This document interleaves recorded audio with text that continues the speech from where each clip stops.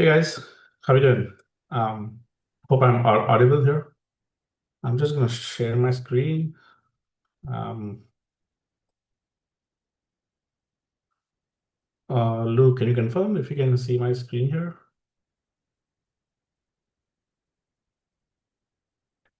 Uh, let's see. Okay, cool. Looks like we are able to see the. Looks like you're able to see me and hear me. Great. Yes, welcome to another exciting size session. I have a bit of stammering problems, so just in case I stammer, please bear with me. Okay. And English is my third language, so let me know if something is not clear. Okay. Um, I'm going to be talking about out-of-state real estate investing for short-term rentals. I'm saying out-of-state because I'm from California and I invest outside of California. That's why. But you can call it long-distance real estate investing. So it can be anywhere which is like 6 hours, 7 hour flight, investing in those kind of areas. It's going to be really, really informative today. Okay. So I would definitely recommend you take notes. And I may or may not give you a bit of homework at the end, just for you guys to practice. But let me just start so you can kind of get a brief overview about who I am. So, my name is Abhijit Trivedi. If Abhijit is difficult to pronounce, it's an Indian name. You can call me Abe, ABE. Okay. So let me give you brief information about my background here so you kind of know where I come from and what do I do. So I did my bachelor's in computer engineering back in India. That was a long time back. And then I did my master's in computer science from Cal State. I've been in W2 job. I had a W2 job until 2023. I worked as software engineer in embedded camera software for a graphics team and camera software team. So you see all of those smartphones, whether it's Android or Apple or Windows, they all have Qualcomm chipset, a Snapdragon camera processor, and we worked on the camera side of things. I was promoted in 2023, and then I was on a paternity leave, and then I had a surgery that same year. And what they did was I actually got laid off on the same year when there was a mass layoff. Okay. But thankfully, I had a real estate investment portfolio, which me and my wife were building in parallel. So I really did not have to look for another W2 job after that. Um, Talking about my entrepreneurial journey is, I mean, I was always interested in business, even while I was in school or I was in business. So I, in the past, I've actually done other businesses. Like one major one was this network marketing, business with a company called Amway and BWW. I did it for quite some time, and I had over 170 independent business owners part of my team, and all that required, you know, doing presentations to people, signing them up, and creating a business to network, right? And then we started investing in real estate. 5 years ago, we purchased our first property in 2020. My main goal is to basically, since I've been through the whole W2 to entrepreneurial journey, I really feel, a lot of folks in my position who are dependent on solely on their W2 job. I would really want to actually help them make the switch to the business quadrant and get more financially free in their life, right? So a quick information about the portfolio. So after I got laid off, I found this company Lord of the Inns. So I own about 16 properties, so single family homes, duplexes, triplexes. Mostly I started with long-term rentals. I still have them. Uh, and that's where we kind of learned about this process of how to evaluate properties outside of our state. So we were from California, San Diego. Properties were super expensive at that time for us, and me and my wife we wanted to kind of try find an alternative. So we were kind of really scared about, hey, how do I invest out of state? Because we don't know the city, we don't know the neighborhood, and we don't know how it's going to be like. So that's where we started using this process. And thankfully, each and every one of the property we bought, they have been great investment, especially in terms of location and cash flow. Then we also started doing property management. So we started doing short-term rentals, and we learned about how to self-manage them. So we self-manage our seven of them, and then we also manage for other people. So most of my clients, they are all W2 folks who have money, but that they don't have time to manage. So I help them out. So I've coached over several folks who are on their W2. Actually, after I got laid off, I had like so many people reach out to me who wanted to actually get a backup get a backup income from their job. Okay. So yeah, let's start. I mean, we're part of the Savvy STR agents team, and it's an incredible team. I mean, I cannot even begin to say the kind of support and encouragement and knowledge sharing we have part of the team. So I think there are over, I don't know, 30 to 40 agents. It always keeps expanding, you know. Trish is busy expanding the team. But yeah, I'm somewhere here. Yeah. It's a fantastic team, guys. And I mean, we have people who are like big heavy hitters, you know, like Tyler Kuhn, Michael Klein. They do like millions of dollars, like 4 or 5 millions of dollars every month, which is incredible. So, yeah. Let me start about what exactly. This is like a slide which my lawyer told that, hey, anytime you're presenting, just show this slide. It just says that we are not advisors, and this seminar is for education purposes. And then every investment has a risk, you know, and it depends on your risk tolerance, you know, and you're free to accept or reject any investment recommendations made by us. And a recommendation is not a guarantee for successful performance of an investment, and we cannot guarantee against losses arising from market conditions. So do not invest your money on our recommendation alone. Consult a professional advisor. And all right, I made my lawyer happy now. So let's get into this. Um, First thing, right? Mainly, whenever we want to invest long distance or out of state, so this whole, I would just kind of, uh, yeah, I'll just kind of give you like why exactly this method, right? So this system I'm going to talk about, it's actually very comprehensive and is data driven. I mean, being a software engineer, I love data, and it kind of really helps you make educated guesses. Okay, and it's very detailed, very comprehensive, data driven, and also very easy to understand. And so far, I haven't really seen any realtor or a property manager show these kind of numbers and basically do that kind of deep analysis. Okay, so there's five criteria upon which we narrow down a neighborhood, and we might come to think, you know what, I'm actually doing STRs and I have this DNA and Rabu and STR and all those kind of tools, right, which I use. Then why do I really need this? So one main reason, you know, which really helped us, this system applies for multifamily as well as single family. It applies for long-term rentals, short-term rentals, mid-term rentals, all of them. And plus, it actually gives us more confidence as an investor. Like I have most of my properties out of state, so it almost eight for about 2 years. I did not even see my properties in physically. I did not even go there, and I did not even have to because of this system, which is what I'm going to share with you. Okay, so what we typically do, even for STRs now, even before we actually find our ADNA, we actually get this. We actually run the property through the system and see whether it's worth investing in that city or in that neighborhood. Okay, so this will consist of two different parts mainly. First part is about narrowing down the city based on the five criteria, and second part will be about deep diving into the location, narrowing down the neighborhood at a street level.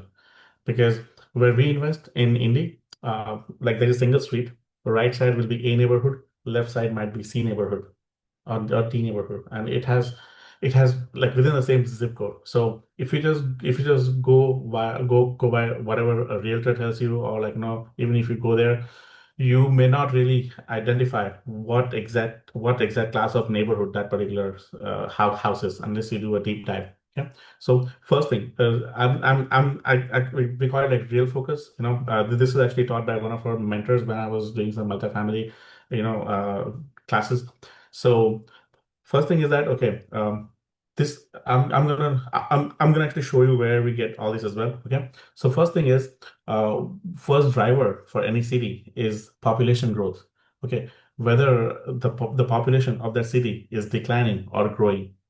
Right now, these are the criteria. Just bear with me on this number. This number 9.1. It actually has been derived from the number of paid data sources. I mean, I'm just going to talk about the free data sources here because that's what we started with. But this number, it keeps changing every year, and for next year you can let me know. I'll give you the new number for that.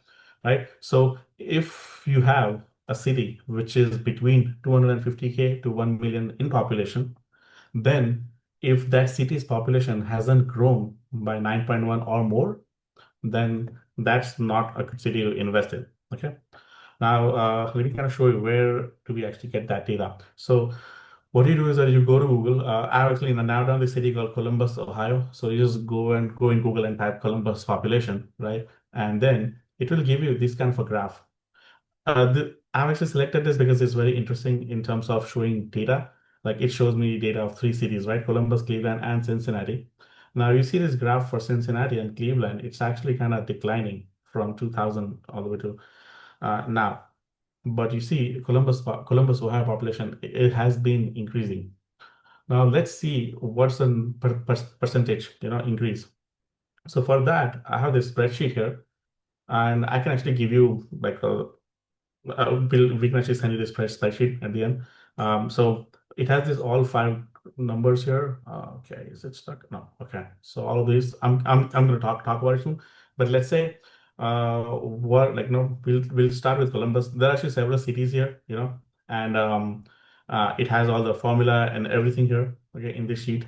It has what the sources are and all that. Basically, you can apply this to any city. And I mean, as a homework later on, you can actually try it out on your favorite cities, top three cities, and try out these numbers. Okay. So first thing, how much is the population in 2024? So let's say 2024, it says 933,263.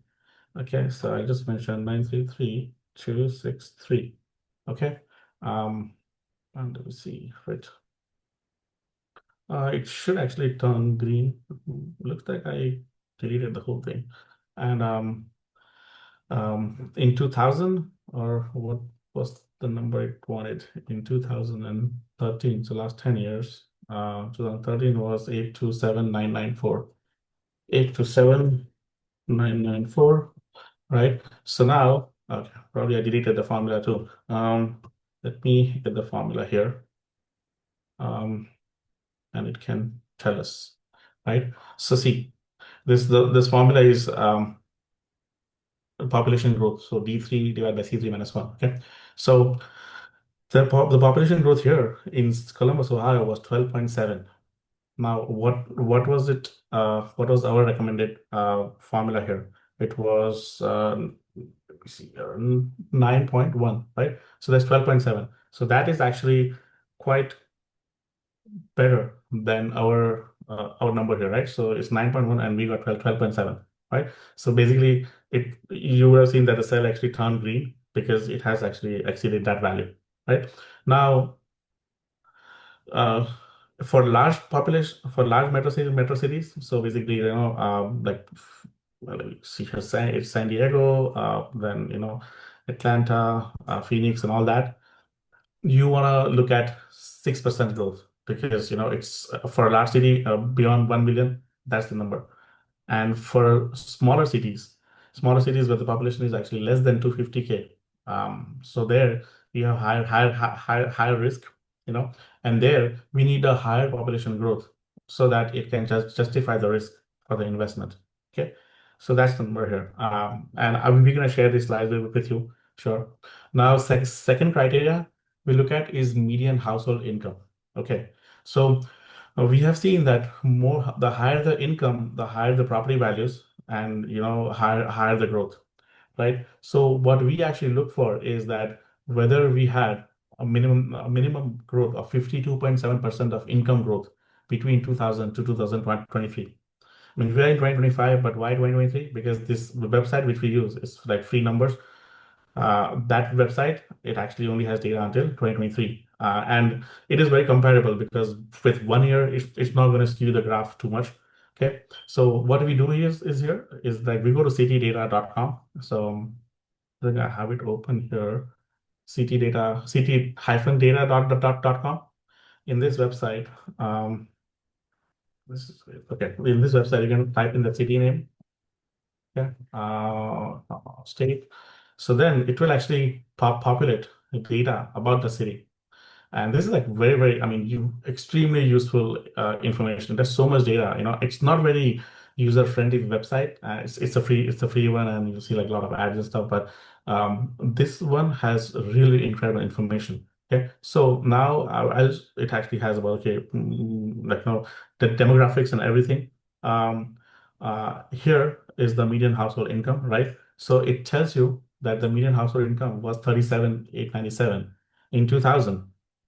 And in 2023, it became 62,350, right?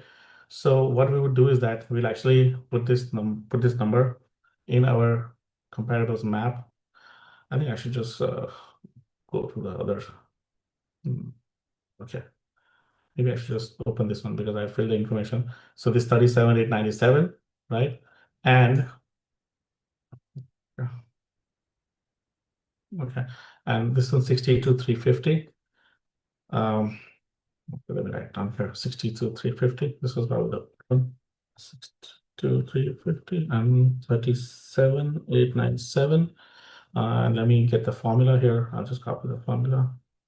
Um, okay, so it's 65%, right? Um, so it's way higher. Last year it was actually 63, now it's 65, so it's great. So this thing is way higher. This increase in income is way higher than our recommended 52.5, right? Okay, there's the slides. So let's go back to slides. We saw it was 65%, right? And what we need is 52.7. Okay, come on, just okay. All right. So that's the median household income, right? Now, third part, okay, this is like the second. So now we for this city, like there are five factors, right? If you get all five as green, that's the best case scenario. But sometimes out of five, if you have one or two which are like in red, then we have to then it may still be a good investment. But if let's say four out of five are in red, then probably those are not good investable cities. Okay, so that's how we kind of consider. So this is the second focus, median household income. Now, if you look at the third one, come on. Yeah, let me go back. Okay, median condo value. So now the household income was we got to know about the household income. Now we look at the median condo value. Okay. Now median house or condo value between 2000 and 2023, right? How much was the growth? Minimum we need is a 92% growth. Okay. So if I go back and look at this, and here after the income, it also has resident value here. Let me see. Go down, go up.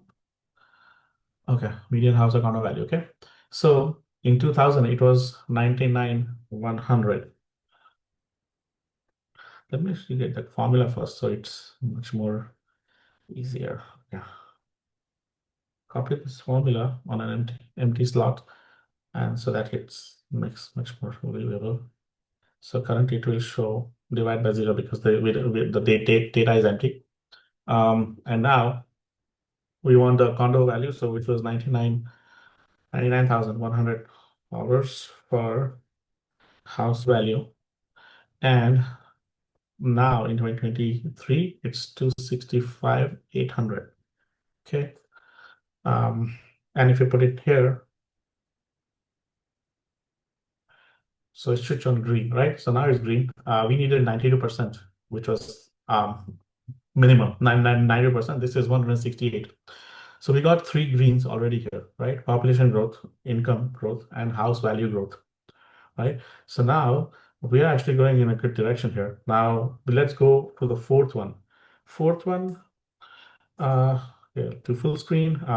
So the fourth one driver, which we look for, is crime level. Okay, change like what's the change in crime levels?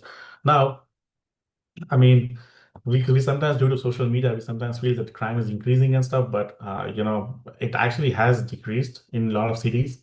And it is attributed to several factors, but one of them is the poverty factor. So what we look for is the crime should be below 450. That's a number where, which is where if the crime is below 450, and it has jumped several points. So let's say, for example, if the crime is 600, but then it only went back to 550, right? So that's only 50-point reduction.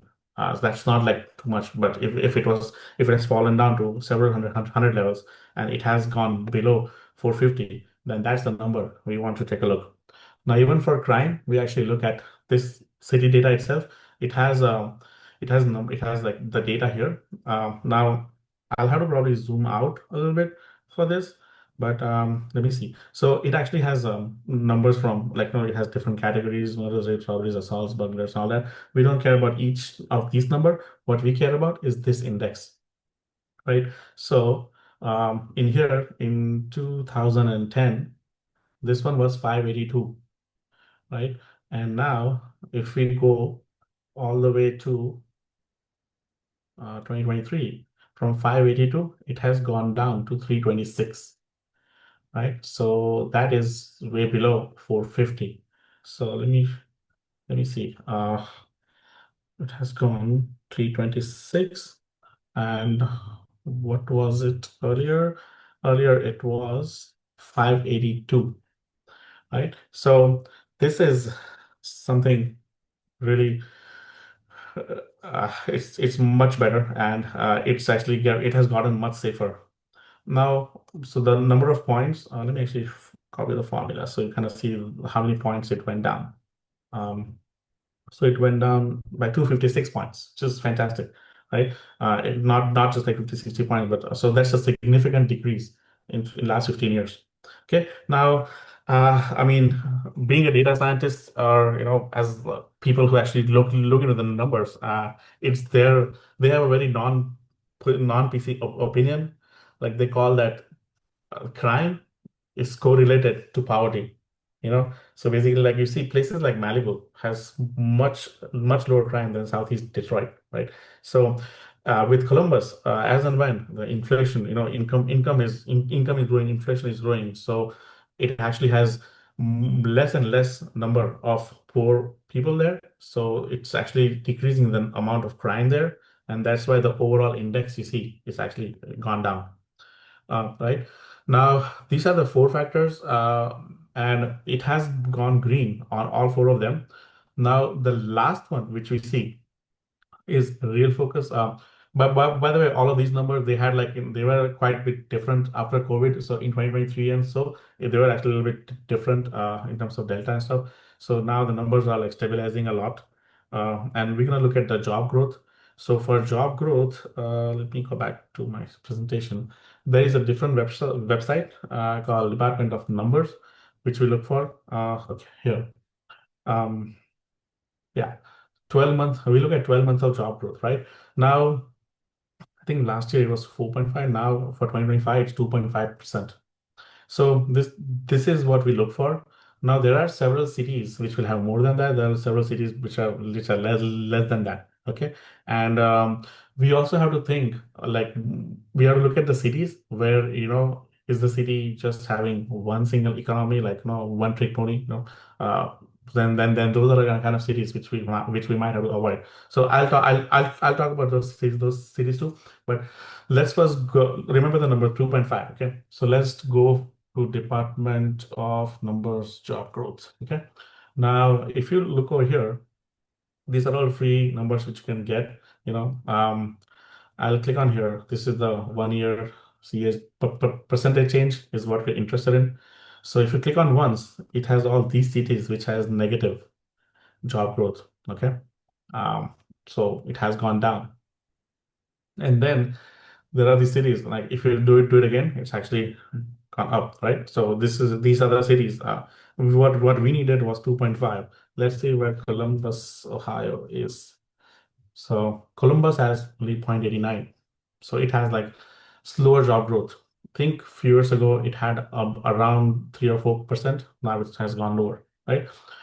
So now you can consider, okay, you know what? The number of people are increasing, income is increasing, but job growth is less. Now, based on this criteria, you got 4 out of 5 are green, but this one is below average.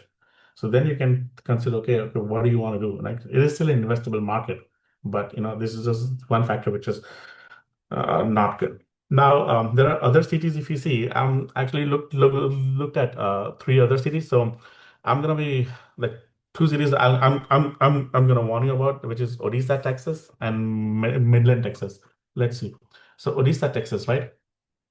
It says this one and Midland, they both are completely oil economy. So these two cities, the numbers always keep fluctuating. Like if you look far few years down there, 5 years, 10 years down there, the numbers keep up and down because these two cities are completely on oil economy and based on uh, based on the government rules or ordinances and allowances, blockages, stuff. This number keeps up and down. So it would be like quite risky to kind of invest in here. Then there is another city which is like one trick pony. It's Charles. So Charles, Texas. I think it's in Texas or what is that? Lake Charles. Yeah, Lake Charles, Louisiana. They call it like this entire economy is dependent on LNG, liquid natural gas. So I would kind of refrain from doing into that, investing into there. I remember like after COVID, there were like two cities which bounced right away, and that was Las Vegas and Atlantic City because those two were like after COVID the gambling and all that those two cities kind of increased quite a bit you know but now they are it was around like 6 to 8% or something, but now it's like around 3% here for Las Vegas, right? So this one is actually very important. I mean, I like to see these numbers too, just to see okay that how the economy in that city is doing, and I'm more interested in the percentage change so that we know that how fluid, how dynamic that is, right? So this is the I mean this here you can say I think it was what 0.89 or something, right? So not that great. So it might be in red for this particular one. Okay. So I will actually give you this sheet too, but these five numbers, as I said, right, are very important. We always look at these for narrowing down a city. In fact, I would recommend that for you guys, any top pick up any top three cities which you know about or which you kind of are familiar with or where you like to invest or where you have investments and go have them go through these 5 points and see where they stand. Okay, population growth, income growth, house value growth, crime rate, and job growth. Okay.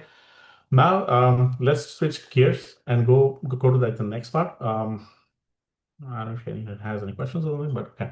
So the next one, okay. What we look for is when we have particular address, well, now I want to really look at whether that particular, property is good, or basically it's worth investing or not. Now, as I said in Midwest, I'm gonna actually give you a live example too. We just actually were analyzing a property today morning, and it came across. So, but anyways, this is how the city data will kind of show you. Like it has this. Whenever you kind of try to narrow down a neighborhood, you have to really look at the map. It's very crude method. You have to like really zoom in and zoom out and try to find out the location on the map. But then this is the data which it kind of typically gives you.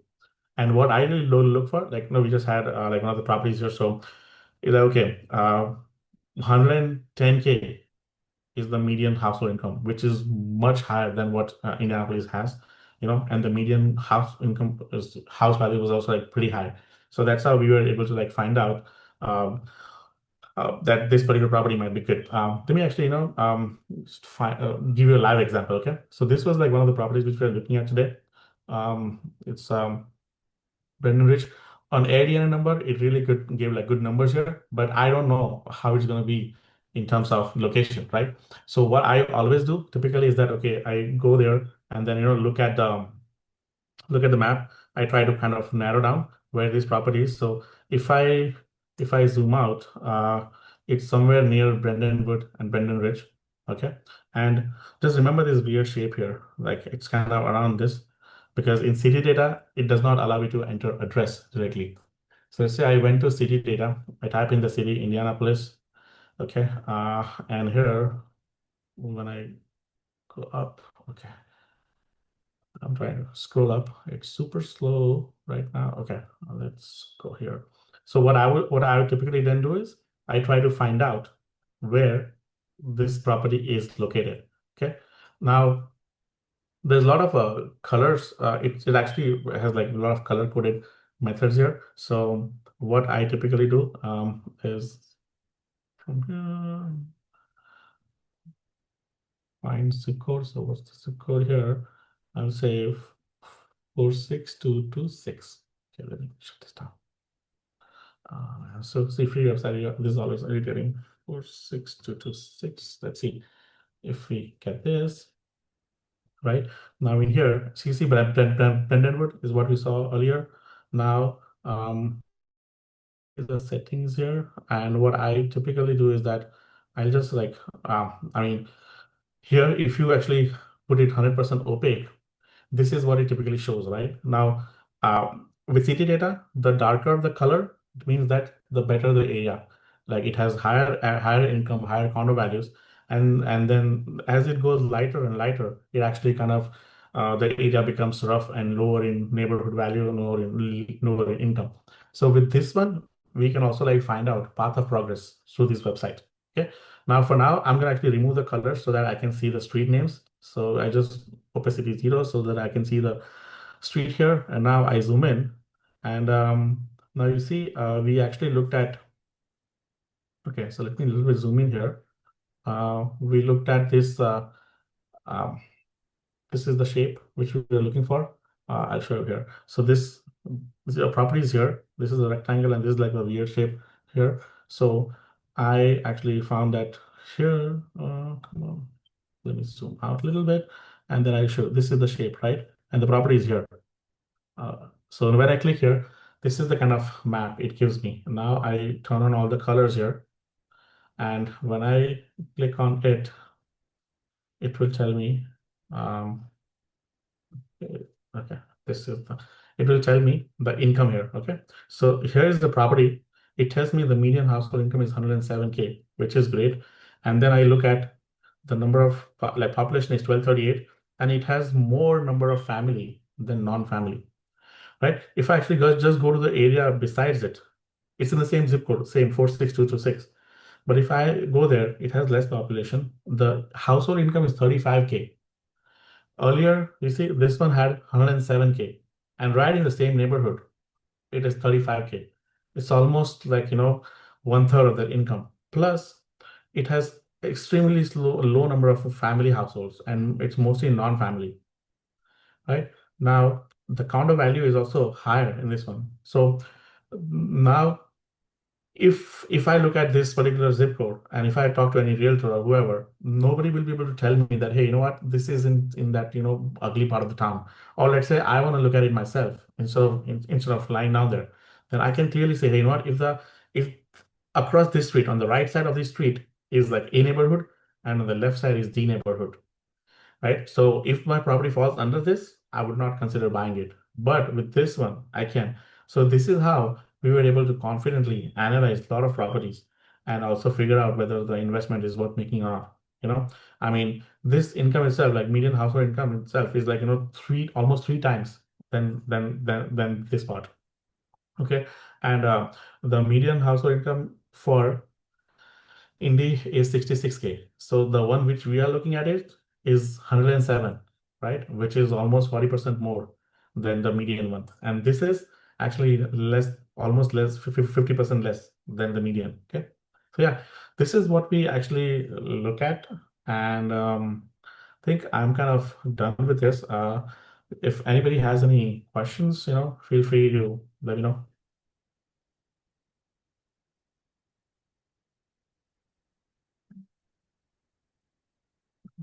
Let me stop sharing so that I can see the questions if somebody has any.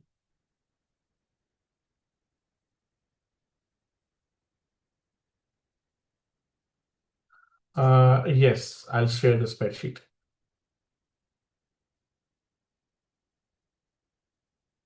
Yeah. Mhm. Um, so looks like not not many people have any questions here. So Luke, you can take over, and we will turn off the presentation. All right. Thank you so much, guys, for staying here, and I hope this is very helpful. It has helped me quite a bit, and we're going to continue using this.